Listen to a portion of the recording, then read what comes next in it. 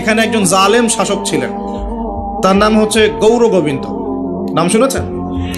তার সময়ে মুসলিমদের উপর প্রচন্ড নির্যাতন হতো।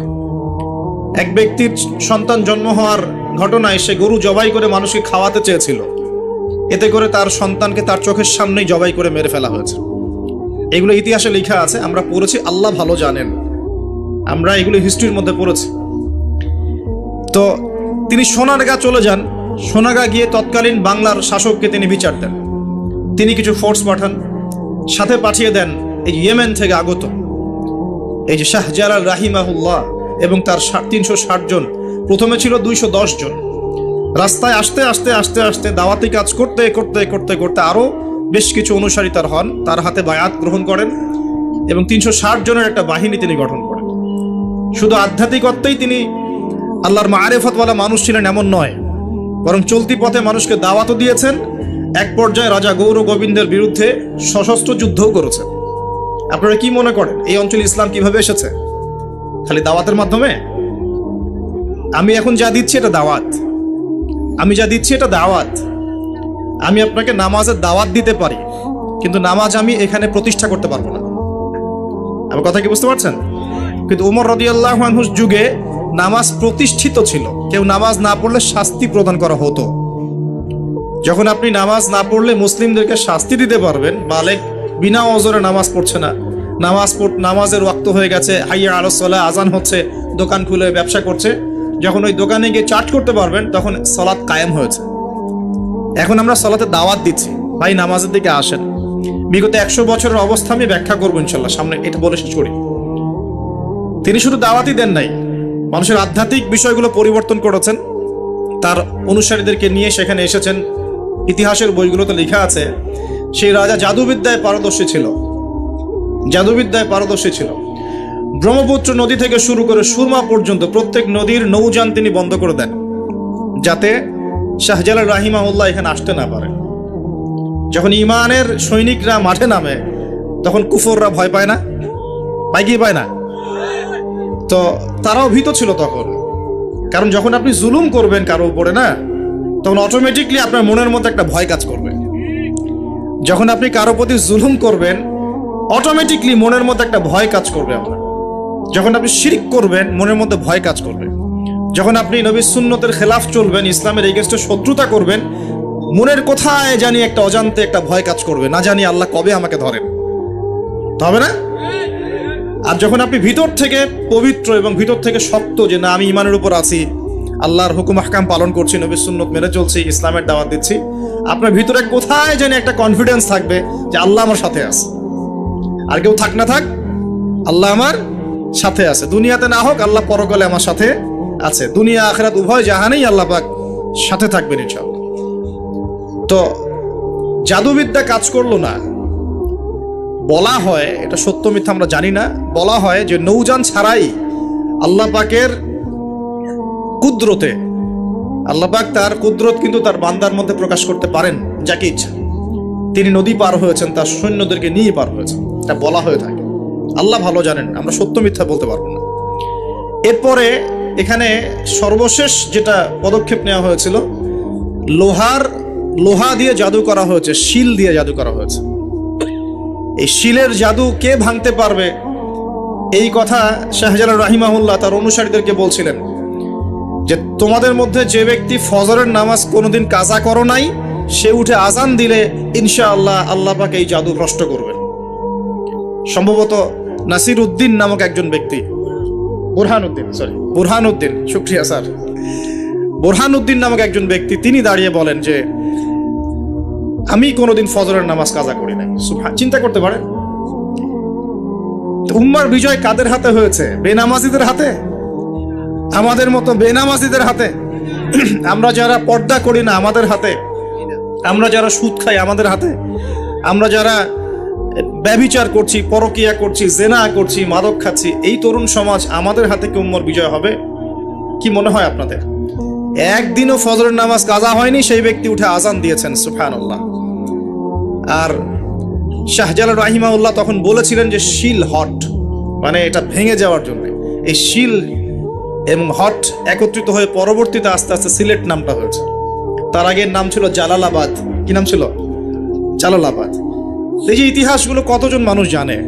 তিনি একজন তাওহীদপন্থী মানুষ ছিলেন, আল্লাহর ওলি ছিলেন, আল্লাহর মারিফতওয়ালা মানুষ ছিলেন। অনুসারীদেরকে নিয়ে তিনি শুধু দাওয়াতই দেন নাই, জালেমের প্রাসাদ পর্যন্ত চলে গেছেন যুদ্ধ করতে করতে, করেন নাই? তো এই যে ইসলাম কিভাবে প্রতিষ্ঠা হলো দেখেন।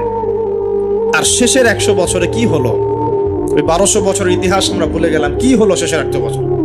আমি আপনাদেরকে ফাইন্ড আউট করছি। দেখুন, লাস্ট 100 বছরে আমাদের মুসলিম উম্মার প্রথম যে সমস্যাটা হয়েছে এটা হলো আমরা কোরআন এবং সুন্নাহর যে পরিপূর্ণ জ্ঞান অর্জন, এই জ্ঞান অর্জনের পিছনে পর্যাপ্ত মেহনত করছি না। এটা 1 নম্বর পয়েন্ট।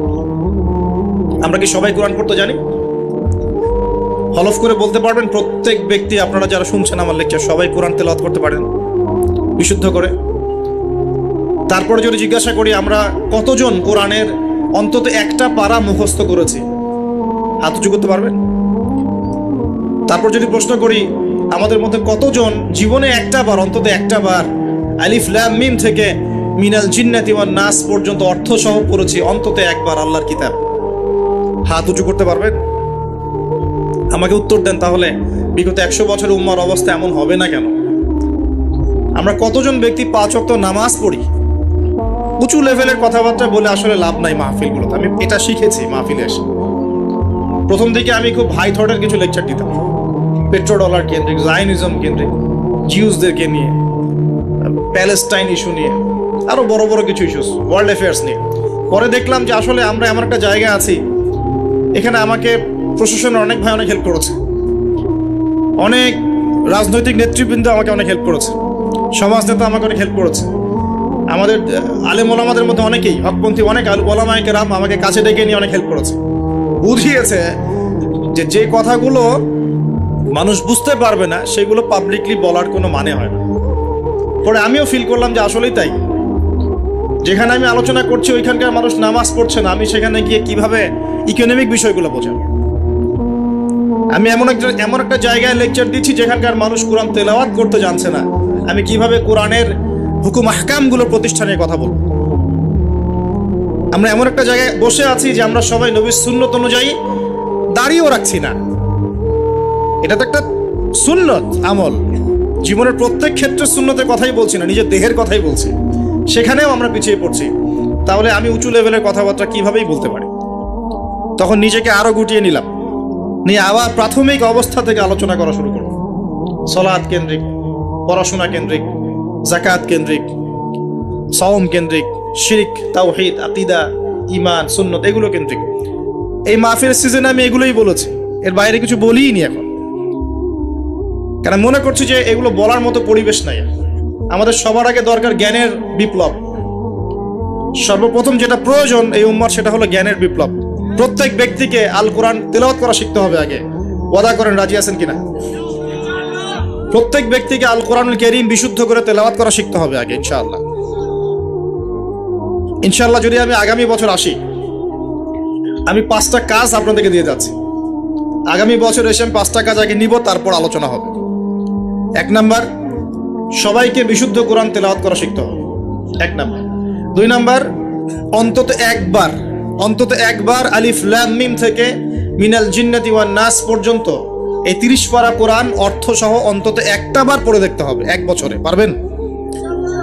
আমি হিসেব করে দেখেছি, যদি প্রত্যেক দিন আপনি 20টা করে আয়াত তেলাওয়াত করতে পারেন এবং 20টা আয়াতের অর্থ পড়তে পারেন, আপনি 1 বছরে আল কোরআন শুরু থেকে শেষ পর্যন্ত অর্থ সহ পড়তে পারবেন। দৈনিক 20টা আয়াত পড়া খুব কঠিন। প্রত্যেক ফরজ নামাজের পরে যদি 4টা করে আয়াত পড়েন, তাও 16টা আয়াত হয়, 20টা আয়াত হয়, সরি।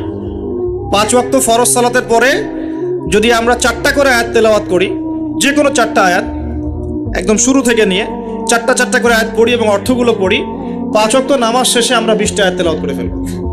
খুব কঠিন।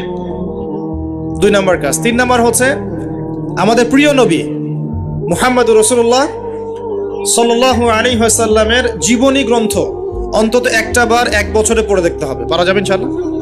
একটা বইয়ের নাম বলে দেব, আর রাহিকুল মাখতুম। কি নাম? আর রাহিকুল মাখতুম। যদি বই কিনতে না পারেন, সামর্থ্য না থাকে, আমাকে বলেন, কিনে দেব ইনশাআল্লাহ। প্রয়োজনে আমরাই কিনে দেব, তাও পড়েন। আর রাহিকুল মাখতুম এই বইটা হচ্ছে 1182টা বইয়ের মধ্যে প্রথম পুরস্কার প্রাপ্ত বই। লেখক হচ্ছেন আল্লামা সফিউর রহমান মুবারকপুরী রাহিমাহুল্লাহ। অন্তত এই বইটা পড়তে পারবো না? নবীর জীবনী জানার কোনো প্রয়োজন নাই ভাই। শোনেন, আমি যদি এখনই জিজ্ঞাসা করি আপনাদেরকে, বাংলাদেশ ন্যাশনাল ক্রিকেট টিমের টেস্ট অধিনায়কের নাম কি বলেন? মাশাআল্লাহ। বলেন টি-20 ক্যাপ্টেনের নাম কি? তাই টি-20 ক্যাপ্টেন কে?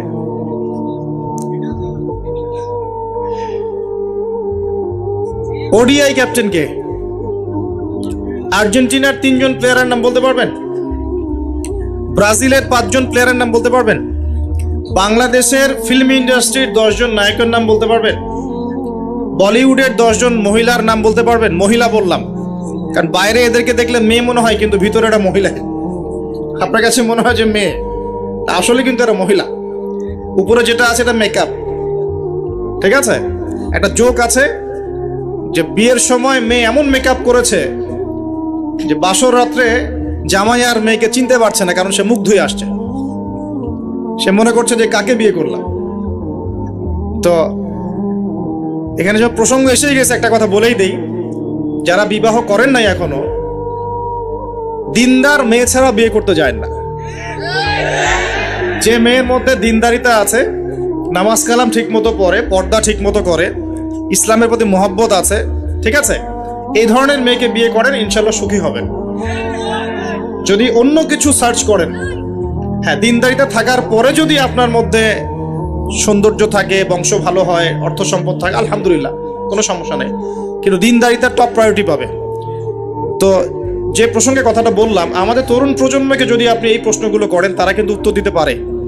কিন্তু এখন যদি আমি জিজ্ঞাসা করি যে জান্নাতের সুসংবাদ পেয়েছেন এই দুনিয়ার 10 জন সাহাবী, জীবদ্দশাতেই বেঁচে থাকতেই জান্নাতের সার্টিফিকেট পেয়ে গেছেন, এমন 10 জন সাহাবীর নাম বলুন। পারবেন কি কেউ?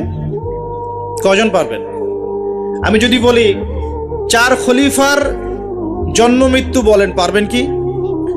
আপনি হানাফি মাযহাব অনুসরণ করেন না? ইমাম আবু হানিফা রাহিমাহুল্লাহর আসল নাম কি বলেন দেখি?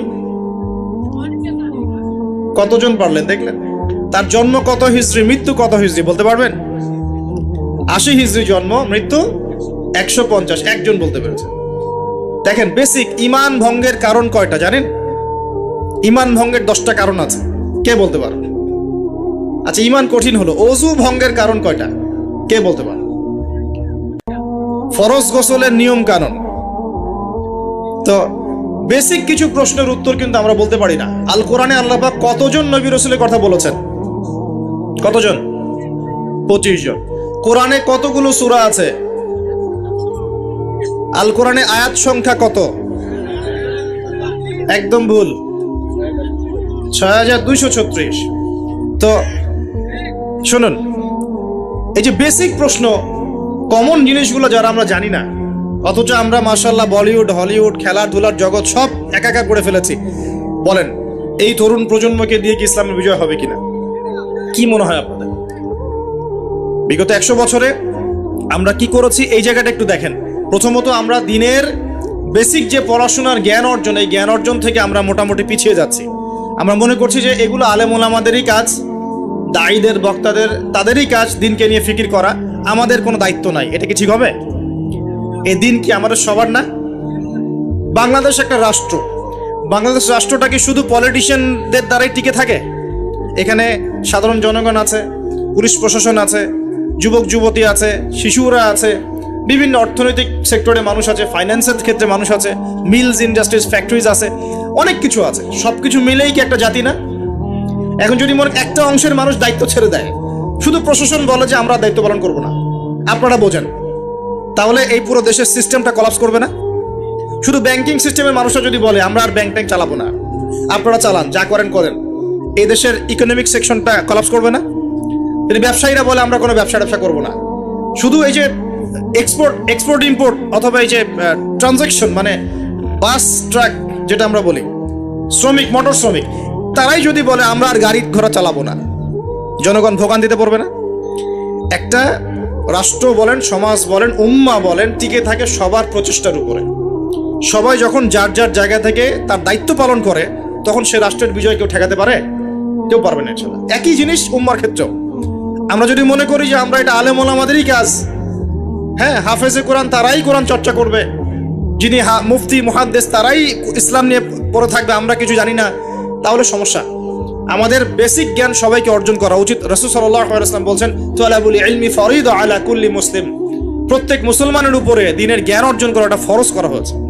আমরা কি পড়াশোনা করবো ইনশাআল্লাহ? একটু বেসিক পড়াশোনা করবেন, কোরআন পড়াটা শিখুন। অন্তত পক্ষে নবী সাল্লাল্লাহু আলাইহি ওয়াসাল্লামের 40টা হাদিস মুখস্থ করেন। বেসিক কিতাবগুলো পড়েন, যেমন রিয়াদুস সালেহিন, বুলুগুল মারাম, মিশকাতুল মাসাবি, হাদিস আরবাঈন, ফয়জুল কালাম। বেসিক বইগুলো একটু পড়ার চেষ্টা করেন। নবী সিরাতগুলো পড়েন, ইসলামের ইতিহাসগুলো পড়েন, আকীদার বইগুলো পড়েন। এরপরে আপনি কোনো মাসআলায় ঠেকে গেলে ইমাম সাহেব আছেন, আলেম আছেন, মুহাদ্দিস আছেন, মুফতিরা আছেন, তাদেরকে জিজ্ঞাসা করবেন এবং তাদের সাথে পরামর্শ না করে দিন পালন করবেন না, অবশ্যই পরামর্শ করবেন। আল্লাহ পাক তৌফিক এনায়েত করুন। কাজ দিয়ে যাচ্ছি, কোরআন তেলাওয়াত শিখতে হবে, নবীর জীবনে একবার পড়তে হবে, একবার টপ টু বটম কোরআনের অর্থ পড়বেন। আরেকটা কাজ দিব, সেটা হলো নবী সাল্লাল্লাহু আলাইহি ওয়াসাল্লামের 40 হাদিস কমপক্ষে মুখস্থ করতে হবে। পারা যাবে ইনশাআল্লাহ? 1 বছর সময় থাকলো, পারবেন তো ইনশাআল্লাহ? উম্মার পিছিয়ে পড়ার কারণ প্রথমত জ্ঞান থেকে পিছিয়ে পড়া। শুধু এই জ্ঞান নয়, আমরা কিন্তু অনেক ক্ষেত্রে বিশ্বে যে জ্ঞানগুলো মানে প্রয়োজন হচ্ছে, যেমন আইসিটি, আপনার medical science, engineering, philosophy, economics, geopolitics, যে বিশ্বকে ডিল করতে যে জ্ঞানগুলো দরকার, এই জ্ঞানগুলো অর্জনের ক্ষেত্রেও কিন্তু আমরা অনেকে পিছিয়ে পড়ছি না? পড়ছি কি না? একজন ইমাম সাহেব কেন জানবেন না যে ওয়ার্ল্ডে কি হচ্ছে? কেন জানবেন না? জানা উচিত কিনা? একজন মুফতি সাহেব কেন বুঝবেন না যে বিশ্বের অর্থনীতি কিভাবে চলছে? কেন বুঝবেন না? বুঝতে হবে কিনা? না হলে বিশ্বকে আমি ডিল করবো কিভাবে? অতএব এই জেনারেল সেকশনের পড়াশোনা এটাও ফেলে দেওয়া যাবে না। আপনি কথা বুঝতে পারছেন? জেনারেল সেকশনের পড়াশোনাটাকেও ফেলে দেওয়া যাবে না, বরং এই পড়াশোনাটাকে ইসলামের সাথে কম্বাইন্ড করে আপনাকে আগামীতে চলতে হবে। পারা যাবে ইনশাআল্লাহ? আল্লাহ পাক তৌফিক দেব। অনেকে ভাই দেখি নামাজ শুরু করেছেন, এখন মাদ্রাসায় ভর্তি হতে যাচ্ছেন, এদিকে আপনি অনার্স পড়া শুরু করেছেন, হ্যাঁ, মাস্টার্স দিচ্ছেন, বলছেন এখন আর অনার্স মাস্টার্স ভালো লাগে না, আমি সব বাদ দিয়ে মাদ্রাসায় ভর্তি হব। সবাই কি মাদ্রাসায় পড়তে পারবে? সম্ভব? আপনি যে সাবজেক্টে পড়ছেন ওই সাবজেক্টে পড়াটা শেষ করে ওই জ্ঞানটাকে আপনি ইসলামের কল্যাণে কাজে লাগানোর চেষ্টা করেন। আমরা যদি চাই যে আমাদের দুনিয়ার সাফল্য আসুক, পরকালে মুক্তি পাই, তো যেখান থেকে পিছিয়ে পড়েছি ওই জায়গাগুলো পূরণ করতে হবে। 1 নাম্বার পিছিয়ে পড়েছি আমরা জ্ঞান অর্জনের চর্চা থেকে। আমি রিকোয়েস্ট করব প্রত্যেক মুসলমান ভাই যেন দিনের অন্তত বেসিক পড়াশোনাগুলো করেন, জ্ঞান অর্জন করেন। আল্লাহ পাক তৌফিক এনায়েত করুন। আমিন।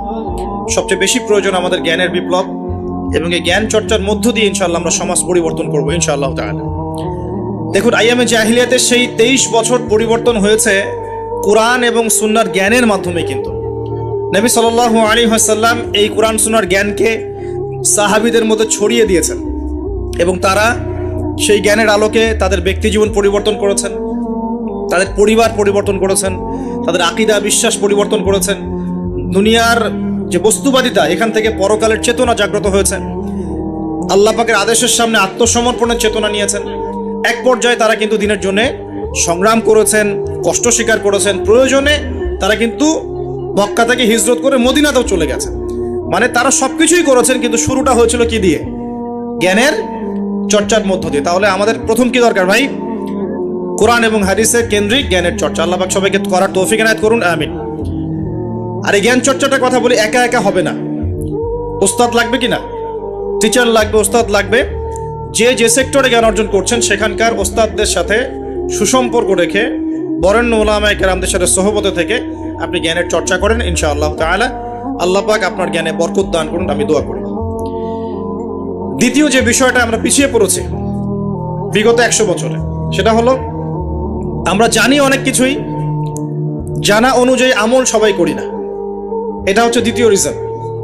আমরা অনেক সময় অনেক বড় বড় কথা বলি, কিন্তু কথা অনুযায়ী কাজ নাই। অনেক কিছু জানি ঠিকই, কিন্তু আমল করতে পারি না।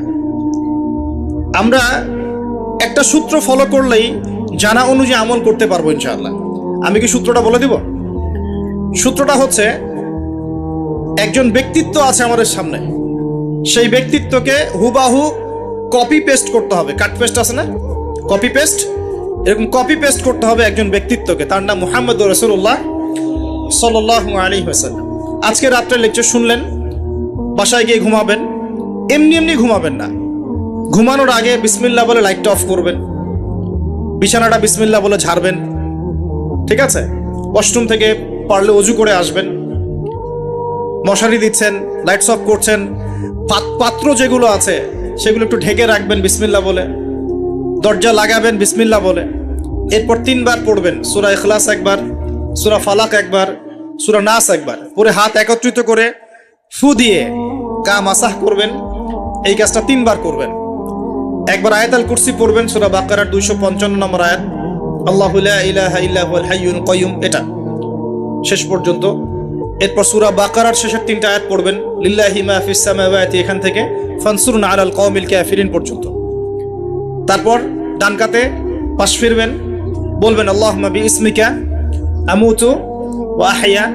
হাত নিবেন, হাতে গুনতে থাকবেন সুবহানাল্লাহ সুবহানাল্লাহ সুবহানাল্লাহ 33 বার, আলহামদুলিল্লাহ আলহামদুলিল্লাহ আলহামদুলিল্লাহ 33 বার, আল্লাহু আকবার আল্লাহু আকবার আল্লাহু আকবার 34 বার, ঘুমিয়ে যাবেন। এখন যদি আপনি 6 ঘন্টা ঘুমান, আপনি নবী সাল্লাল্লাহু আলাইহি ওয়াসাল্লামের সুন্নত অনুযায়ী ঘুমিয়েছেন, প্রত্যেক ঘন্টা ঘুমানোর জন্য আল্লাহ আপনাকে নেকি দিবেন ইনশাআল্লাহ। এমনি ঘুমালে নেকি হতো না, রেস্ট নেওয়া হতো। আমি একজন ব্যক্তিত্বের কথা বলছি, যার প্রতিটা কাজ অনুসরণ করলে ইনশাআল্লাহ জানা অনুযায়ী আমলটা হয়ে যাবে, আল্লাহর কাছে আমরা মাকবুল হব ইনশাআল্লাহ। পারা যাবে ইনশাআল্লাহ। ঘুম থেকে উঠলেন, এমনি এমনি উঠে চলে যাবেন না। উঠেন, বসেন, বসে ঘুমের ভাব দূর করেন, দূর করে বলবেন আলহামদুলিল্লাহিল্লাযী আহইয়ানা বা'দা মা আমাতানা ওয়া ইলাইহিন নুশুর। এবার বাথরুমে যান। বাথরুমে গিয়েই বাথরুমে ঢুকে গান গাওয়া শুরু করবেন না। বাথরুমে ঢুকেই বাম পা দিয়ে ঢুকবেন, ঢোকার সময় বলবেন বিসমিল্লাহ আল্লাহুম্মা ইন্নী আউযু বিকা মিনাল খুবসি ওয়াল খাবাইস। বাথরুমে কিন্তু জিন শয়তান থাকে। বাথরুমে কি থাকে? বিজ্ঞান এটা প্রমাণ করতে পারে নাই, এগুলো নাসা বিশ্বাস করবে না, কিন্তু আল্লাহর রাসূল যেহেতু বলেছেন আমরা বিশ্বাস করব। বিজ্ঞান কি সব আবিষ্কার করতে পেরেছে? বিজ্ঞান কি সব আবিষ্কার করতে পেরেছে? বিজ্ঞানের আবিষ্কার কত পার্সেন্ট? এই মহাবিশ্বের 1%ও না, মহাবিশ্বের 1%ও না। আমাদের দেহের মধ্যেই যে রুহটা আছে, এই রুহটার কি কোনো ব্যাখ্যা করতে পারা গেছে? রুহটা কেমন, কঠিন না তরল না বায়বীয়, ব্যাখ্যা করা গেছে? ইয়াসআলুনাকা আনির রূহ কুলির রূহু মিন আমরি রাব্বি ওয়া মা উতীতুম মিনাল ইলমি ইল্লা কলিলা। আল্লাহ পাক বলছেন, হে নবী, তারা তোমাকে রূহ সম্পর্কে জিজ্ঞাসা করে, আত্মা সম্পর্কে জিজ্ঞাসা করে, তুমি বলে দাও এটা তোমার রবের আদেশ মাত্র। রবের আদেশে এসেছে, আদেশেই চলে যাবে। আর এ বিষয়ে তোমাদেরকে বেশি জ্ঞান দেয়া হয় নাই। তাহলে এই জ্ঞান কি দেয়া হয়েছে আমাদেরকে? জ্ঞান দেয়া হয় না। আর জ্ঞান কি আমরা নিজেরাই প্রডিউস করি না আল্লাহ পাক জ্ঞান দেন? কোনটা? আল্লাহ পাক কি বলছেন? আল্লামাল ইনসানা মা লাম ইয়ালাম। মানুষকে আল্লাহ পাক সেই জ্ঞান শিক্ষা দিয়েছেন যা মানুষ জানতো না। তার মানে সৃষ্টিগতভাবে আমরা জ্ঞানী ছিলাম না। আদম আলাইহিস সালামকে সৃষ্টি করে আল্লাহ পাক কি করছেন? ওয়া আল্লামা আদামাল আসমা কুল্লাহা। আমি আদমকে সৃষ্টি করে তাকে সমস্ত নাম শিক্ষা দিয়েছি, আল্লাহ পাক বলছেন। তা আদম আলাইহিস সালাম কি সৃষ্টিগতভাবে জ্ঞানী ছিলেন, নাকি আল্লাহ পাক তাকে জ্ঞানী করেছেন? কোনটা? আল্লাহ পাক জ্ঞানী করেছেন। সো জ্ঞান কার পক্ষ থেকে আসে? আল্লাহর পক্ষ থেকে। এটাই হচ্ছে ওয়াকুলিল হাক্কু মির রাব্বিকুম, হক বা সত্য জ্ঞান তোমার রবের পক্ষ থেকে আসে। ফালা তাকুনান্না মিনাল মুমতারিন, তুমি সন্দেহবাদীদের অন্তর্ভুক্ত হইও না, আল্লাহ পাক বলছেন। তো বাথরুমে জিন থাকে এটা বিশ্বাস করলাম তো। এবার দোয়াটা পড়লেন, এবার আপনি ইস্তেঞ্জা সারলেন, তারপরে বের হওয়ার সময় বলছেন গুফরানাকা। কি বলছেন? গুফরান। আরেকটা দোয়া আছে আলহামদুলিল্লাহিল্লাযী আযহাবা আনিল আযান ওয়া আফানি গুফরানাকা। ওযু করবেন, ওযুর আগে বলবেন বিসমিল্লাহ। ওযু করার সময় খুব বেশি পানি অপচয় করবেন না, কারণ অপচয়ে সবচেয়ে পটু জাতি এখন মুসলিমরা। অপচয়ে সবচেয়ে পটু জাতি মুসলিমরা। রাষ্ট্রীয় সম্পদ অপচয় করে, গ্যাস অপচয় করে, তেল অপচয় করে, পানি অপচয় করে, সময় অপচয় করে, সবই অপচয় করে। নিজের হায়াত অপচয় করে। এই তরুণ যুব সমাজ নিজের হায়াত অপচয় করে। অপচয় করে না? অনলাইন কত হায়াত খেয়ে ফেলছে আমাদের। আর ওখানে গেলে আপনি কতটুকু ভালো পাবেন? ভালো যতটুকু পাবেন তার চেয়ে বেশি খারাপ পাবেন।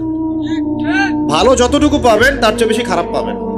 হয়তো বলতে পারেন ভাই আপনাদের লেকচার শুনছি অনলাইনে। শুনছেন ঠিক আছে, লেকচার শোনার মাঝখানে অ্যাড চলে আসে না? লেকচার শুনলেন, ভালো কথা, আলহামদুলিল্লাহ। একটু পর দেখবেন একটা নগ্ন মেয়ের ভিডিও চলে আসতেছে, একটা গান চলে আসতেছে। আর এগুলো সব অ্যালগোরিদম কিন্তু মুসলিমরা আবিষ্কার করেছিল। এখন সেই অ্যালগোরিদম নিয়ে পশ্চিমারা কি করেছে, অ্যালগোরিদম দিয়ে আপনার ব্রেনটাকে সেট করা হয়েছে। মানে আপনি যেই ভিডিওটা একটু বেশি সময় দেখবেন, ঠিক আছে, বা যে বিষয়ে একটু কথাবার্তা বলবেন, দেখবেন সেটা ওরা ক্যাচ করে আপনি যখন পরে এই ফেসবুকে ঢুকবেন, দেখবেন সেই ভিডিও আপনার সামনে, ওই সিমিলার ভিডিওস আপনার সামনে আসতেই আছে। ওরা কিন্তু অ্যালগোরিদম দিয়ে আপনাকে ট্রেস করেছে। মানে আপনি ফেসবুক চালাচ্ছেন না, ফেসবুক আপনাকে চালাচ্ছে এখন।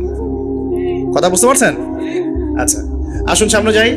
এবার ওযু করলেন, প্রথমে বিসমিল্লাহ বললেন, শেষে বলবেন কি, আশহাদু আল্লা ইলাহা ইল্লাল্লাহ ওয়াহদাহু লা শারীকা লাহু ওয়া আশহাদু আন্না মুহাম্মাদান আবদুহু ওয়া রাসূলুহু। তার আগে মিসওয়াক করে নেবেন। কি করবেন? মিসওয়াক মানে ব্রাশ, ঠিক আছে, কোনো সমস্যা নেই। ব্রাশ করছেন, ওকে, আদায় হয়ে গেছে ইনশাআল্লাহ। মুখ পরিষ্কার করা, দুর্গন্ধ দূর করা। এই যে ওযু করলেন সুন্দর করে নবী সাল্লাল্লাহু আলাইহি ওয়াসাল্লামের মতো, আল্লাহর নবী বলছেন যে ওই ব্যক্তির জন্য জান্নাতের 8টা দরজা খুলে যাবে ইনশাআল্লাহ। জান্নাতের 8টা দরজা ওই ব্যক্তির জন্য খুলে যাবে ইনশাআল্লাহ তাআলা। এবার আপনি কাপড় পরছেন, এমনি পড়লে নাকি নাই, পরার সময় ডান দিক থেকে পড়ছেন এবং বলছেন আলহামদুলিল্লাহিল্লাযী কাসানি হাযা ওয়া রাযাকানিহি মিন গায়রি হাওলিন মিন্নি ওয়ালা কুওয়া। আপনি কাপড় পরলেও নাকি পাচ্ছেন আলহামদুলিল্লাহ। আয়না দেখছেন, ফ্রেশ হচ্ছেন, চুল আঁচড়াচ্ছেন, আপনি ডান দিক থেকে স্টার্ট করেন। এবং এখানে বলে রাখি যে বর্তমান যে চুলের কাটিংগুলো চলছে, এইসব কাটিং চলবে না। এই ডানে বামে কোনো চুল নাই, আর মাঝখানে চুল দিয়ে কি বলবো এটা, হ্যাঁ, কুজা বলে আরবি দিয়ে মনে হয় সম্ভবত। এইসব কাট চলবে না। যদি একদম ছোট করতে চান তাহলে সামন পিছন সমান হবে, আর্মি ছাট, একদম সামন পিছন সমান। আর না হলে বাবরি, কাঁধ, কান, কানের লতি এই পর্যন্ত আপনি রাখতে পারেন।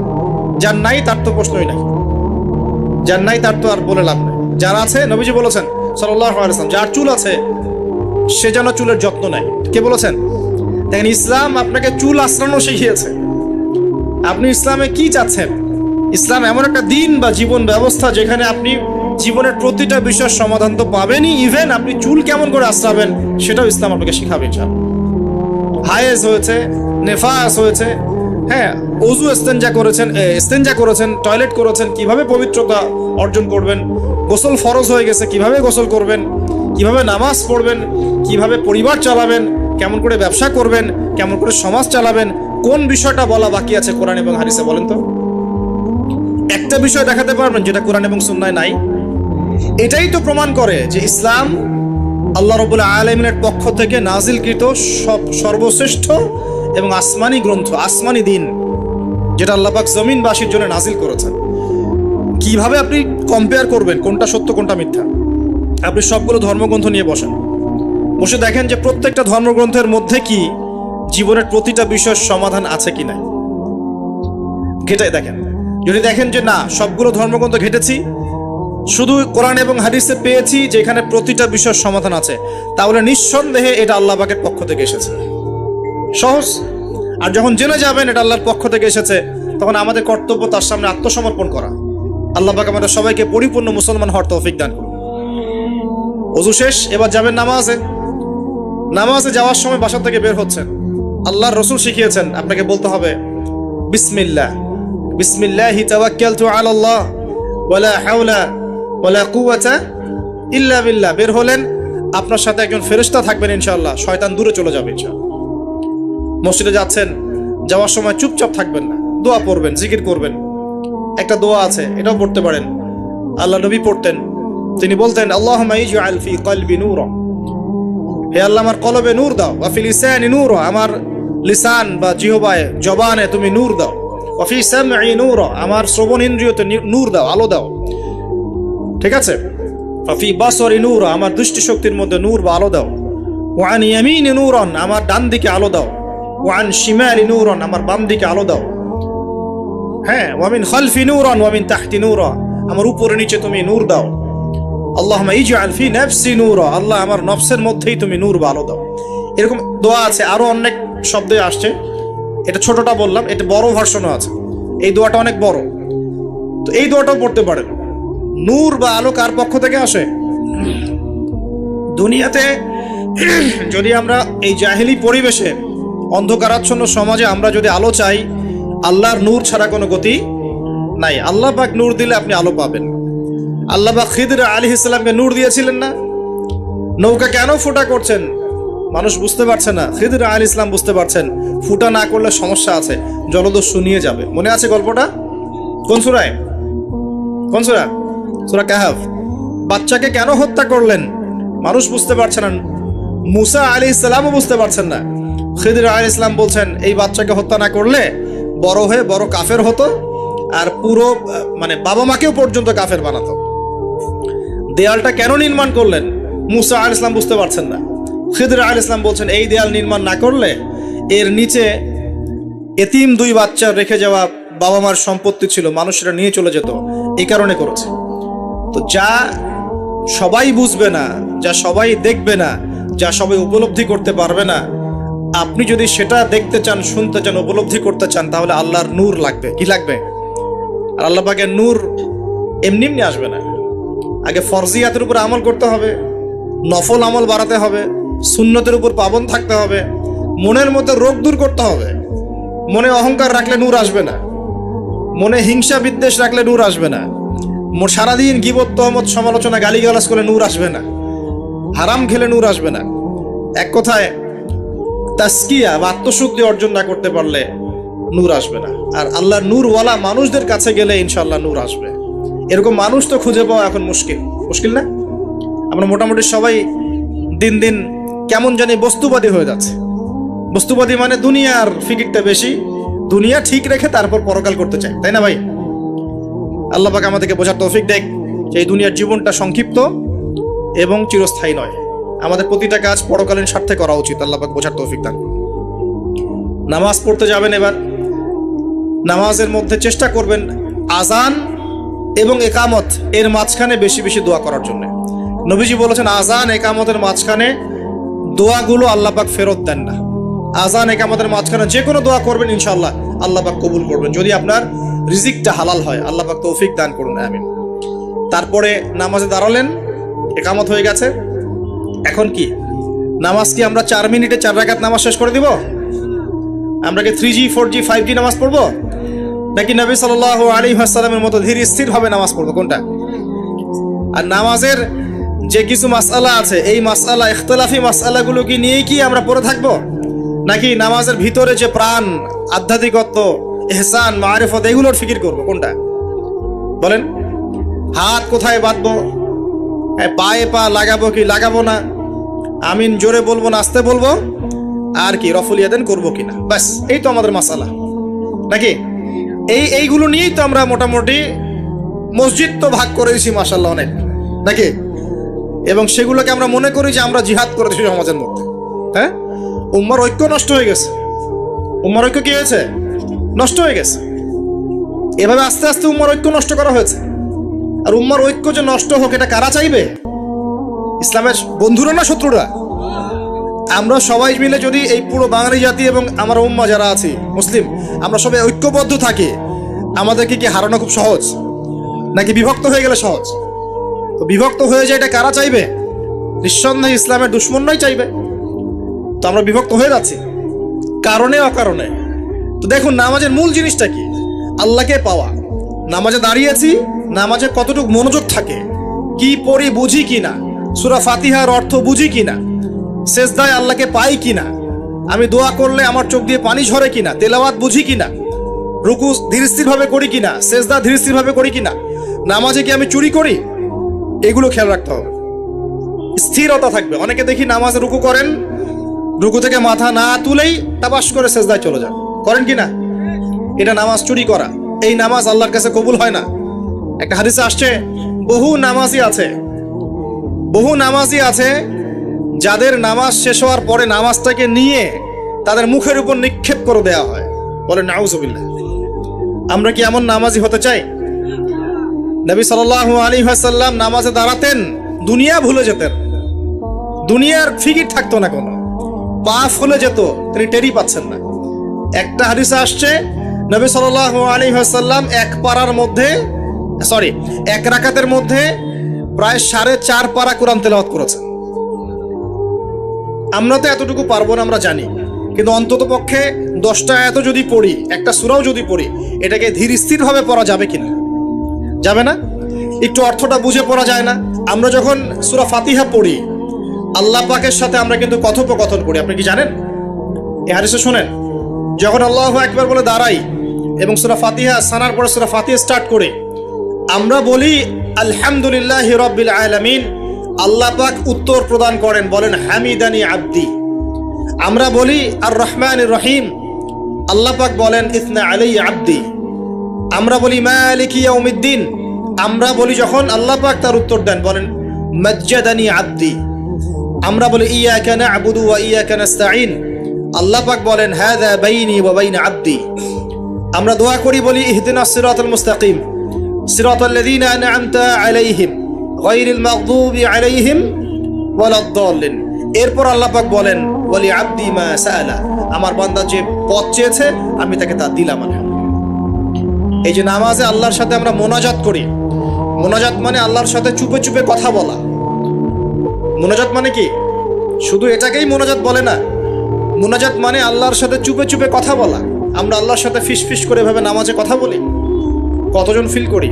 প্রিয় ভাইরা, নামাজ পড়বো ধীর স্থির ভাবে। ওয়ামা খালাকতুল জিন্না ওয়াল ইনসা ইল্লা লিয়াবুদুন, আল্লাহ পাক বলছেন আমি মানুষ আর জিন জাতিকে শুধুমাত্র আমার ইবাদত করার জন্যই সৃষ্টি করেছি।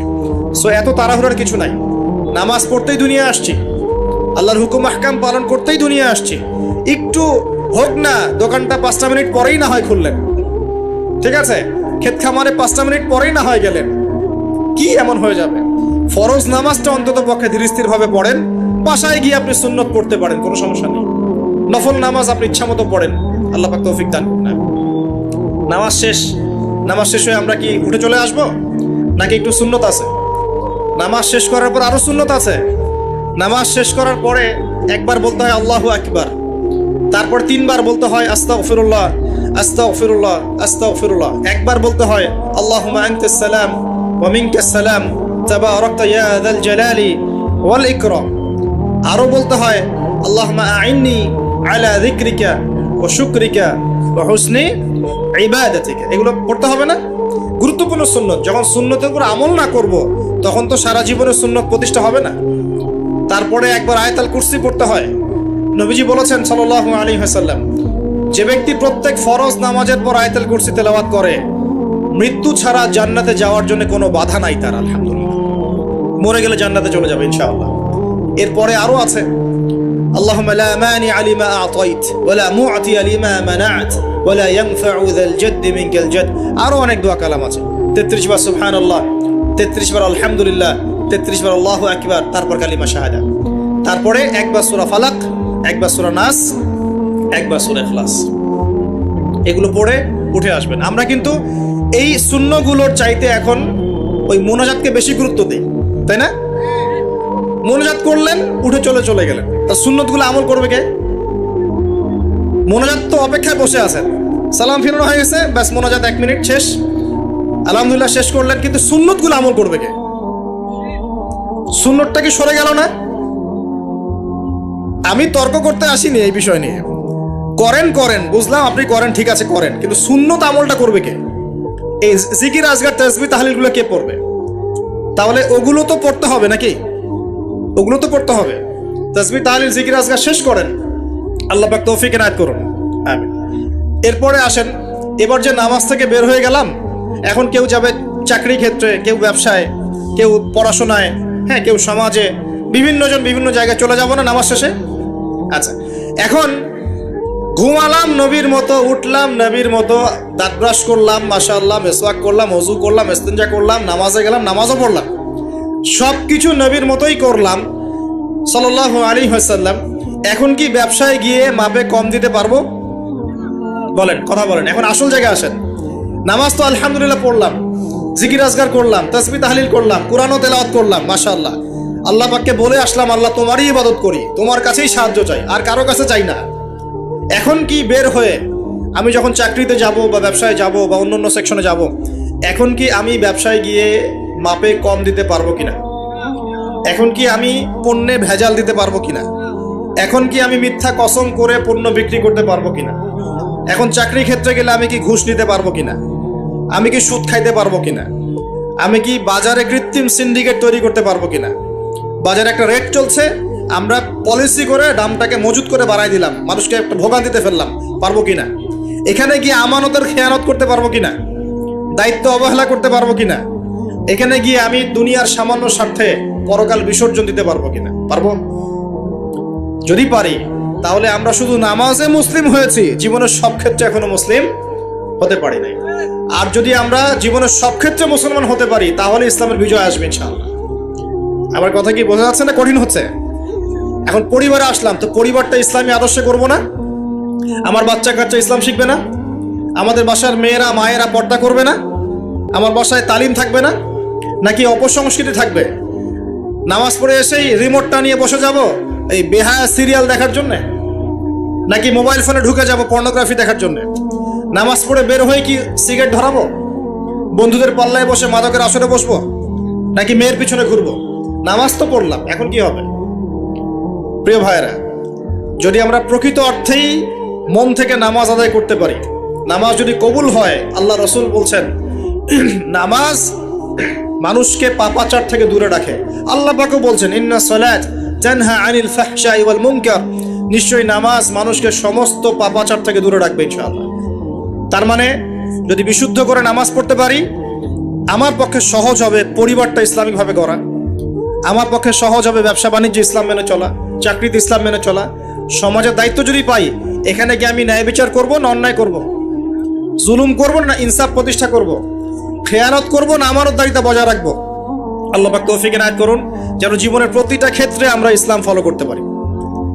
আমরা পিছিয়ে পড়েছি সুন্নতের অবহেলার কারণে, জ্ঞানের চর্চা ছেড়ে দেওয়ার কারণে, জানা অনুযায়ী আমল না করার কারণে, এবং ইসলাম জীবনের সমস্ত ক্ষেত্রে বাস্তবায়ন না করার কারণে। আমি কি বোঝাতে পারছি ভাই? আরো পিছিয়ে পড়েছি হারাম রিজিক খাওয়ার পিছনে। হারাম রিজিক খেয়েছি, দোয়া কবুল হচ্ছে না, পিছিয়ে পড়ছি আমরা পিছিয়ে পড়েছি আমাদের মা বোনদের পর্দার গাফেলতির কারণে। আপনি যদি কোনো সমাজকে ধ্বংস করতে চান, তাহলে ওই সমাজের মধ্যে বেহায়া মেয়েদেরকে, নগ্ন মেয়েদেরকে ছড়িয়ে দেন। যদি আপনি কোনো সমাজকে ধ্বংস করতে চান, যুব সমাজের মধ্যে মাদক ছড়িয়ে দেন।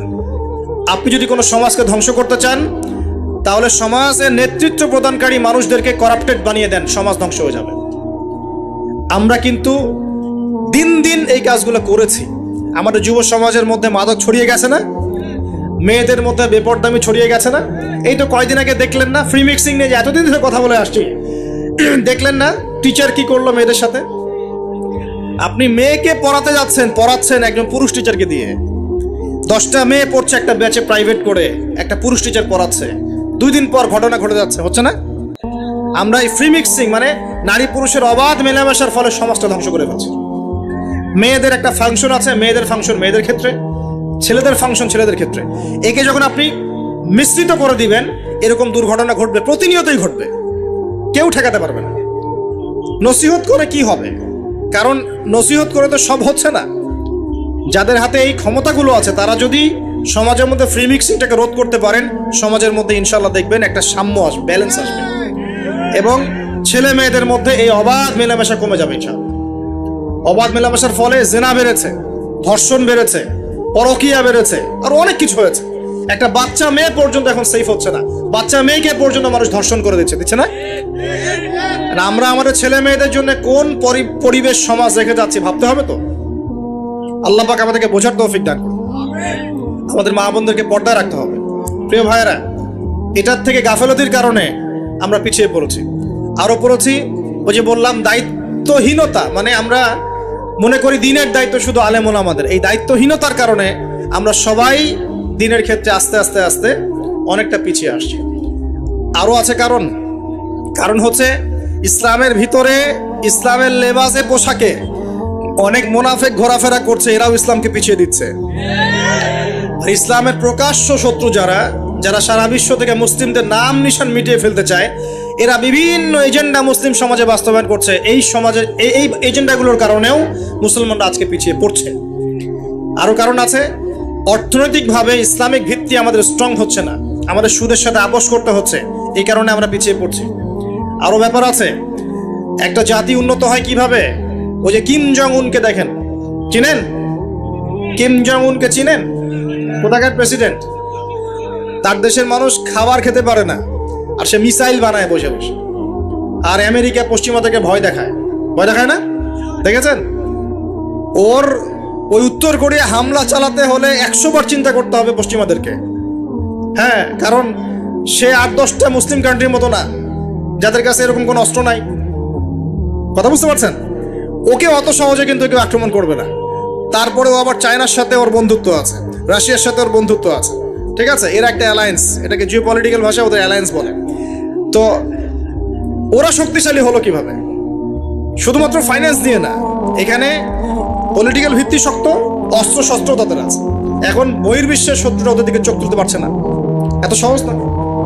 তো দেখেন, আমাদের পিছিয়ে পড়ার এগুলো কারণ আছে। মুসলিম কান্ট্রিগুলোর দিকে তাকায় দেখেন, কয়টা মুসলিম কান্ট্রি এইসব ক্ষেত্রে স্বয়ংসম্পূর্ণ? কয়টা কান্ট্রি দেখবেন আপনি? হ্যাঁ, বিশ্বকাপ আয়োজন করে বেড়াচ্ছে, বিশ্বকাপ ফুটবল আয়োজন করে বেড়াচ্ছে, পাশে ইয়েমেন সিরিয়ার মানুষ খেয়ে না খেয়ে মরে যায়, দেখার সুযোগ নেই। কি করছে? ওইখানে বেস ক্যাম্প দিয়ে রেখেছে পশ্চিমাদের জন্য, ওখানে বেস ক্যাম্প ঘাঁটি দিয়ে রেখেছে পশ্চিমাদের জন্য। এবং বহু মুসলিম কান্ট্রি যারা মানে আমাদের কাছে এখন আইডল হয়ে বসে আছে, ভিতরে ভিতরে ইহুদি খ্রিস্টানদের সাথে বন্ধুত্ব করে বসে আছে। তারা উঠতে বললে ওঠে, তারা বসতে বললে বসে, ওদের ইশারায় কাজ করে কি না? জিও পলিটিক্যাল ভিত্তি দুর্বল, ইকোনমিক ভিত্তি দুর্বল, ফাইন্যান্স দুর্বল, আর আমরা আধ্যাত্মিকত্ব তো দুর্বলই। তো সব মিলিয়ে এই যে 100 বছরে আমরা পিছিয়ে পড়লাম, এখানে 100টা কারণ খুঁজে বের করা যাবে, এত কারণ বলার সময় নেই। এখন প্রসঙ্গে আসেন, এভাবেই কি চলতে থাকবে না উত্তরণের কোনো পথ আছে? আমরা কি চাই যে আমরা সে আবার ওই ইসলামের সোনালী যুগে ফিরতে পারি? আমরা তো মনে হয় চাই না যে আবার ইসলাম ফিরে আসুক পরিপূর্ণরূপে। শোনেন, আমরা চাই বা না চাই, আল্লাহ রাব্বুল আলামিন তার নবীর মাধ্যমে জানিয়ে দিয়েছেন সভ্যতা শেষ হবে একজন নবীর হাতে, তার নাম নবী ঈসা ইবনে মারিয়াম। তিনি 40 বছর এই বিশ্ব শাসন করবেন, তার আগে কিয়ামত হবে না। এই যে আলামাতুস সাআ নিয়ে অনেক কথা আমি বলেছি, এটাও শুনে রাখেন, কিয়ামত হবে না ইনশাআল্লাহ ততদিন পর্যন্ত যতদিন পর্যন্ত নবী ঈসা ইবনে মারিয়াম আবার না আসছেন এবং 40 বছর বিশ্ব শাসন না করছেন। তিনি কোনো দেশ শাসন করবেন না, পুরো বিশ্ব শাসন করবেন। চিন্তা করতে পারছেন? এখন কি মনে হয় যে মুসলিমরা এরকম জায়গায় যাবে আবারও? আসলে কিন্তু বাইরের চোখ দিয়ে মনে হয় না, কিন্তু সত্যি কথা কি, ইতিহাস এভাবেই টার্ন করবে। কিভাবে করবে, কার মাধ্যমে করবে, আল্লাহ পাক জানেন, আমরা জানি না।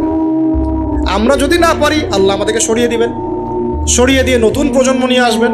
ওরা যদি না পারে, আল্লাহ ওদেরকেও সরিয়ে দিবেন, নতুন জেনারেশন নিয়ে আসবেন। তারাও যদি না পারে, আল্লাহ পাক কি বলছেন শোনেন। আল্লাহ পাক বলছেন সূরা মুহাম্মাদের মধ্যে, ওয়া ইন তাতাওয়াল্লাউ ইয়াস্তাবদিল কওমান গায়রাকুম সুম্মা লা ইয়াকুনু আমসালাকুম। তোমরা মুসলমানরা যদি না পারো, আমি ইহুদি, খ্রিস্টান, হিন্দু, বৌদ্ধ তাদেরকে, কুফফারদেরকে হেদায়েত দিয়ে ইসলামে নিয়ে আসবো, তারা আমার হয়ে লড়বে ইনশাআল্লাহ। এটা আল্লাহ পাকের হিকমত। দেখছেন না, দিন দিন মানুষ মুসলিম হচ্ছে না, দিন দিন বহু মানুষ মুসলমান হচ্ছে, কিন্তু দেখছেন এটা কিন্তু রেভলিউশন হচ্ছে, ইসলামের দিকে মানুষ আসছে। যত আক্রমণ হচ্ছে ইসলামের দিকে, তত বেশি মানুষ ইসলাম কবুল করছে, আলহামদুলিল্লাহ। আর আমরা পিছিয়ে পড়ছি। এই যে আমরা যে গরু খাওয়া মুসলিম হয়েছি, আমরা যে জুমার দিন নামাজ পড়া মুসলিম হয়েছি, আমরা মুসলিম পরিবারে জন্মগ্রহণ করে আব্দুর রহমান, আব্দুর রহিম নাম নিয়ে বসে আছি, কিন্তু আসলে রহমানের বান্দার বৈশিষ্ট্য কি আমি জানি না। আল্লাহ পাক আমাদেরকে হেফাজত করুন, আমিন। হতাশ হব না আমরা ইনশাআল্লাহ। একবার, খালি একবার যদি তওবা করে ফিরে আসি, আল্লাহ পাক দুনিয়াও দিবে ইনশাআল্লাহ, আখিরাতও দিবে ইনশাআল্লাহ। খালি একবার বলতে হবে, আস্তাগফিরুল্লাহাল্লাযী লা ইলাহা ইল্লা হুয়াল হাইয়ুল কাইয়্যুম ওয়া আতুবু ইলাইহি। আল্লাহ, জীবনে যা পাপ করেছি মাফ করে দাও, আগামী জীবনে হায়াত রিজিকে বরকত দাও, এবং পুরো জীবন যেন ইসলাম পালন করতে পারি, প্রচার করতে পারি, প্রসার করতে পারি, মানুষের মাঝখানে দিনের ভালো কথা বলতে পারি, আল্লাহ পাক দিনের বিজয় যেন অংশ নিতে পারি, সে তৌফিক আল্লাহ পাক দান করুন। আল্লাহ পাক কবুল করার মালিক না? একটা কাপড় ধুতে 1 বালতি পানি লাগে, কিন্তু জীবনের সমস্ত গোনাহ ধুয়ে ফেলতে চোখের 1 ফোঁটা পানি যথেষ্ট ইনশাআল্লাহ। আল্লাহ পাক কবুল করুন, আমিন। কিভাবে উত্তরণ হবে? উত্তর 1 নাম্বার, ভাই 10টা পয়েন্ট বলবো, জাস্ট 10টা, জাস্ট বলে দিচ্ছি। বিস্তারিত ব্যাখ্যা আপনারা পরে নিজেরা স্টাডি করবেন। প্রথম কথা হচ্ছে, আমাদের সবাইকে তওবা করে ফিরে আসতে হবে। পারবো ইনশাআল্লাহ? আল্লাহ পাক বলেন, তুবু ইলাল্লাহি জামিআন আইয়ুহাল মুমিনুন। হে মুমিনগণ, তোমরা একসাথে ঐক্যবদ্ধভাবে আল্লাহর কাছে তওবা করো, আল্লাহ তোমাদেরকে সফল করবে ইনশাআল্লাহ তাআলা। আমরা তওবা করি, বলি আস্তাগফিরুল্লাহ আল্লাযী লা ইলাহা ইল্লা হুয়াল হাইয়ুল কাইয়ুম ওয়া আতুবু ইলাইহি। আমরা আল্লাহর কাছে তওবা করছি, আমরা সারা জীবন যে পাপ করেছি আল্লাহ পাক যেন মাফ করে দেন, এবং আমাদের নেক হায়াতে যেন আল্লাহ পাক বরকত দান করেন, এবং আমাদেরকে পুরো জীবন যেন ইসলাম পালন করার তৌফিক দান করেন। মধ্যমপন্থী হবেন, চরমপন্থী হবেন না, ইসলামের নামে কোনো সন্ত্রাসী কর্মকাণ্ডে যাবেন না, আবার শৈথিলতাবাদী হবেন না, গোলালু মার্কা মানে সব তরকারিতে গা ভাসিয়ে দিবেন না। মধ্যমপন্থী থাকবেন, ইনশাআল্লাহ দেখবেন ইসলামের বিজয় হবে ইনশাআল্লাহ। আল্লাহ পাক তৌফিক এনায়েত করুন। 1 নম্বর কাজ তওবা করে ফিরে আসা। 2 নম্বর, আমাদের সবাইকে দিনের জ্ঞান চর্চা করতে হবে। রাজি আছি ইনশাআল্লাহ? আল্লাহ পাক তৌফিক এনায়েত করুন। আমিন। 3 নম্বর, অবশ্যই জানা অনুযায়ী সবাইকে আমল করার চেষ্টা করতে হবে, নবীর সুন্নত বাস্তবায়ন করতে হবে। তৌফিক এনায়েত করুন আল্লাহ পাক। আমিন। আল্লাহ পাক আমাকে আগে তৌফিক দান করুন, এরপর আপনাদের সবাইকে তৌফিক দান করুন, যাতে করে আমরা দিনের 24 ঘন্টা প্রতিটা কাজ নবী সাল্লাল্লাহু আলাইহি ওয়াসাল্লামের সুন্নাহ মতো করতে পারি। আমিন। 4 নম্বর, আমাদের সবাইকেই হালাল রিজিক খাওয়ার চেষ্টা করতে হবে। হালাল রিজিক অল্প হলেও এটাতেই তুষ্ট থাকতে হবে। যদি আমাদের 20,000, 30,000, 50,000 টাকায় মাস চলে যায়, বাইরের দিকে তাকার দরকার নাই, এটুকু সন্তুষ্ট থাকি, দুনিয়ার জীবন ইনশাল্লাহ কেটে যাবে ইনশাআল্লাহ। যার 1 তলা বাড়ি আছে, 2 তলার স্বপ্নে বিভোর হওয়ার প্রয়োজন নাই, 5 তলা আছে, 10 তলার স্বপ্নে বিভোর হওয়ার দরকার নাই। যা আছে সন্তুষ্ট থাকেন, হালালে সন্তুষ্ট থাকেন, ইনশাআল্লাহ এতেই আল্লাহ পাক বরকত দেবে ইনশাআল্লাহ। আল্লাহ পাক কবুল করুন। আমিন। আল্লাহ পাক ধনী হতে নিষেধ করেন নাই, অর্থ উপার্জন করতেও নিষেধ করেন নাই, কিন্তু মালের হকটা আদায় করতে হবে। আত্মীয়দের হক, পরিবারের হক, প্রতিবেশীর হক, যাকাত, ওসর, ফিতরা, দান সদকা, এই যে দিনের জন্য ব্যয় করা রিজিক থেকে, এগুলো আদায় করলে আপনি ধনী হতে কোনো সমস্যা নেই। বরং উসমান গনি রাদিয়াল্লাহু আনহু কি করেছিলেন? তাবুক যুদ্ধের দিন 30,000 সৈন্যের মধ্যে 10,000 সৈন্যের দায়িত্ব একাই নিয়েছেন। 3 মাসের যুদ্ধ, মানে 3 মাসের পথ, যাওয়া আসা 3 মাসের পথ। ওই সময় তো এত ফাস্ট ছিল না। 3 মাসের যাওয়া আসার রাস্তা, 30,000 সৈন্য, 1/3 খাওয়া পরা অস্ত্রশস্ত্র সব দায়িত্ব নিয়েছেন একজন ব্যক্তি, উসমান রাদিয়াল্লাহু আনহু। তাহলে কত বড় ধনী ছিলেন চিন্তা করে দেখি একটু। কিভাবে ধনী হয়েছেন? সুদ খেয়েছিলেন না ব্যবসা করেছেন? এই দেখেন, ইয়ামহাকুল্লাহু রিবা ওয়া ইউরবিস সাদাকাত। আল্লাহ পাক সদকায় বরকত দেন, রিবাকে ধ্বংস করে দেন। আর যারা সুদখোর তারা বলে ইন্নামাল বাইউ মিসলুর রিবা, সুদ আর ব্যবসা একই জিনিস তারা বলে। আল্লাহ পাক বলছেন ওয়া আহাল্লাল্লাহুল বাই'a ওয়া হাররামা রিবা। আল্লাহ পাক সুদকে হারাম করেছেন, ব্যবসাকে কি করেছেন? হালাল। উসমান রাদিয়াল্লাহু আনহু ব্যবসায়ী ছিলেন, ব্যবসা করে দেখেন কি করেছেন, আলহামদুলিল্লাহ। দুর্ভাগ্য, এটা দুঃখজনক যে নিজের টাকা খরচ করে রুমা কূপ করে দিয়েছেন, সেই কূপ থেকে মানুষ তাকে শেষ বয়সে পানি পান করতে দেয় নাই, জানেন? এই হলো ইসলামের ইতিহাস। প্রিয় ভাইরা, হালাল খাওয়ার চেষ্টা করে আল্লাহ পাক তৌফিক এনায়েত করুন। আমিন। 4 নম্বর, 5 নম্বর হচ্ছে আমাদের পরিবারটা গড়তে হবে আদর্শ পরিবার। আমাদের পরিবারের মধ্যে বে-ইসলামী কোনো কিছু স্থান দেওয়া যাবে না। দেশ, রাষ্ট্র, বিশ্ব কই যায় যাক, নিজের পরিবার আগে। আমার ছেলে কি করছে, মেয়ে কি করছে, স্ত্রী পর্দা করে কিনা, বাসায় তালিম আছে কিনা, বাসায় সবাই নামাজি কিনা, এই বিষয়গুলো খেয়াল রাখতে হবে। একদম গা ভাসিয়ে দিবেন না, ছেলেকে স্মার্টফোন দিয়েছেন, ব্যাস ছেলে বড় হয়ে গেছে। মেয়েকে বাইরে বের করে দিয়েছেন, কোথায় যাচ্ছে কি করছে খোঁজ নিচ্ছেন না, এগুলো খারাপ। অ্যাক্সিডেন্ট হয়ে যাবে, পরে আফসোস করে পস্তায় লাভ হবে না। আল্লাহ পাক বোঝার তৌফিক দেন। স্ত্রীকে নসিহত করবেন, বাসায় তালিম, আপনি বাসার কর্তা, বাসায় হাদিসের বই নিয়ে আপনি পড়তে বসবেন, স্ত্রীকে নিয়ে বসবেন, মেয়েকে নিয়ে বসবেন, ছেলেকে নিয়ে বসবেন, বসে আপনি হাদিসের বই পড়বেন, তারা শুনবে, আপনি কোরআন পড়বেন, তারা শুনবে। পারিবারিক তালিম চালু করতে হবে। আল্লাহ পাক তৌফিক দান করুন। তারপরে আরো যে কাজগুলো, সেটা হলো আমাদের সবাইকেই কমপক্ষে পার্ট টাইম দাওয়াতি কাজ করতে হবে। ফুল টাইম না হোক, কমপক্ষে পার্ট টাইম সবাইকে দাওয়াতি কাজ করতে হবে। রাজি আছেন ইনশাআল্লাহ? দাওয়াতি কাজ করতে গেলে 2টা সুন্নত। 1, সৎ কাজে আদর্শ করতে হবে, অসৎ কাজে নিষেধ করতে হবে। শুধু সৎ কাজে আদেশ করলাম, অসৎ কাজে নিষেধ করলাম না, এই দাওয়াতে খুব একটা ফল হবে না। এই দাওয়াতে কি হবে? দুনিয়ার জীবনে কোনো বালা মুসিবত আসবে না। শুধু সৎ কাজে আদেশ করতে থাকেন, দুনিয়ার জীবনে কোনো বালা মুসিবত, বিপদ আপদ, গীবত, তহমত, সমালোচনা কিচ্ছু শুনতে হবে না। সবাই আপনাকে মাথায় তুলে রাখবে। আর যখন আপনি সৎ কাজে আদেশ করবেন, পাশাপাশি অসৎ কাজেও নিষেধ করবেন, তখন সমস্যা হতে পারে। কিন্তু এটাই নবীদের সুন্নাত, কুনতুম খায়রা উম্মাহ উখরিজাত লিন-নাস, তোমরা শ্রেষ্ঠ উম্মত, তোমাদেরকে বের করা হয়েছে মানব জাতির কল্যাণের জন্য। সূরা আলী ইমরান 110 নম্বর আয়াত। তোমাদের কাজ 3টা, তা'মুরুনা বিল মা'রুফ, তোমরা সৎ কাজে আদেশ করবে, ওয়া তানহাউনা আনিল মুনকার, অসৎ কাজে নিষেধ করবে, ওয়া তুমিনুনা বিল্লাহ, এবং আল্লাহর প্রতি ঈমান রাখবে। আল্লাহ পাক তৌফিক দান। এরপর 8 নম্বর হচ্ছে আমাদের পরবর্তী প্রজন্ম যারা, আমাদের সন্তান-সন্ততি যারা আছে, ওদেরকে ছোটবেলা থেকেই আগামী বিশ্বের জন্য উপযোগী করে মানুষ করতে হবে। আল্লাহ পাক তৌফিক দান করুন, আমিন। 9 নম্বর, আমাদের সবাইকে আল্লাহ পাক কিছু প্রতিভা দিয়েছেন, কাউকে লেখার ক্ষমতা, কাউকে বলার, কাউকে অর্থ সম্পদ, কাউকে ক্ষমতা। যাকে আল্লাহ পাক যা দিয়েছেন এই জিনিসটাকে আল্লাহ নিয়ামত মনে করে ইসলামের স্বার্থে ব্যয় করলে দিনের বিজয় হবে ইনশাআল্লাহ। পারা যাবেন ইনশাআল্লাহ। একজন ডক্টর তার জায়গা থেকে দিনের খেদমত করতে পারেন, একজন ইঞ্জিনিয়ার তার জায়গা থেকেই দিনের খেদমত করতে পারেন, একজন ব্যবসায়ী তার অর্থ সম্পদ কাজে লাগিয়ে আপনি দিনের উপকার করতে পারেন, একজন বক্তা তার বক্তব্যের স্কিলকে কাজে লাগিয়ে মানুষকে দিন বোঝাতে পারেন, একজন লেখক সুন্দর লেখনীর মধ্য দিয়ে দিন বোঝাতে পারেন, একজন পলিটিশিয়ান তার ক্ষমতাকে কাজে লাগিয়ে কিন্তু দিনের কল্যাণে কাজ করতে পারেন, পারেন না? সবাই যদি সবার জায়গা থেকে ইসলামের কল্যাণে একটু কাজ করি, ইনশাল্লাহ দুনিয়ায় কি পাই না পাই পরকালে জান্নাত পাবো ইনশাল্লাহ। রাজি আছেন ইনশাল্লাহ? সবশেষ কথা, আমাদের ঊর্ধ্বতন কর্তৃপক্ষ যারা থাকবে কারোর সাথে কোনো রকম ক্রন্দলে যাওয়ার দরকার নেই। যখন আপনি উম্মতের মধ্যে ক্রন্দলে চলে যাবেন, একে অপর ভাইয়ে ভাইয়ে লড়াই করা শুরু করবেন, তখন উম্মার মধ্যে ফাটল সৃষ্টি হবে, বিভক্তি দেখা দিবে, ঐক্য নষ্ট হয়ে যাবে, শক্তি কমে যাবে, ইসলামের ভিতরের বাইরের শত্রুরা সুযোগ পেয়ে যাবে, তখন আমাদের ক্ষতি হবে, উপকার হবে না। এই কথাটা ভালো করে বোঝার চেষ্টা করবেন। আল্লাহ পাক আমাদেরকে বলেছেন নসিহত করতে, উত্তম নসিহত করতে, যেন তারা ভুলটা বুঝতে পারেন। আমাদের কাজ ফাযাক্কিরিন মা আনতা মুযাক্কির, তুমি উপদেশ দাও, তুমি শুধু উপদেশ দাতা। লাস্তা আলাইহিম বিমুসাইতির, তুমি কারো প্রতি দারোগা নও, জোর করে চাপিয়ে কিছু করার দরকার নাই, কিছু করতে হবে না। সত্যকে সত্যরূপে উপস্থাপন করবেন, মিথ্যাকে মিথ্যারূপে উপস্থাপন করবেন। মানবে কি মানবে না, কে গ্রহণ করবে করবে না, এটা সম্পূর্ণ তাদের ব্যক্তিগত ব্যাপার। যদি করে আল্লাহ পাক দুনিয়ায় সম্মানিত করবে, পরকালে করবে ইনশাআল্লাহ। যদি না করে তার ফয়সালা আল্লাহর হাতে, আমাদের দায়িত্ব শেষ। আল্লাহ রাব্বুল আলামিন আমাদের সবাইকে কথাগুলো বোঝার এবং আমল করার তৌফিক এনায়েত করুন, আমিন। আকুলু কওলি হাযা, যদি আমার কথার মধ্যে ভুল হয়ে থাকে আমার পক্ষ থেকে, সঠিক বিষয়গুলো আল্লাহ পাকের পক্ষ থেকে। আকুলু কওলি হাযা আস্তাগফিরুল্লাহ লি ওয়া লাকুম ওয়া লিসাইল মুসলিমিন।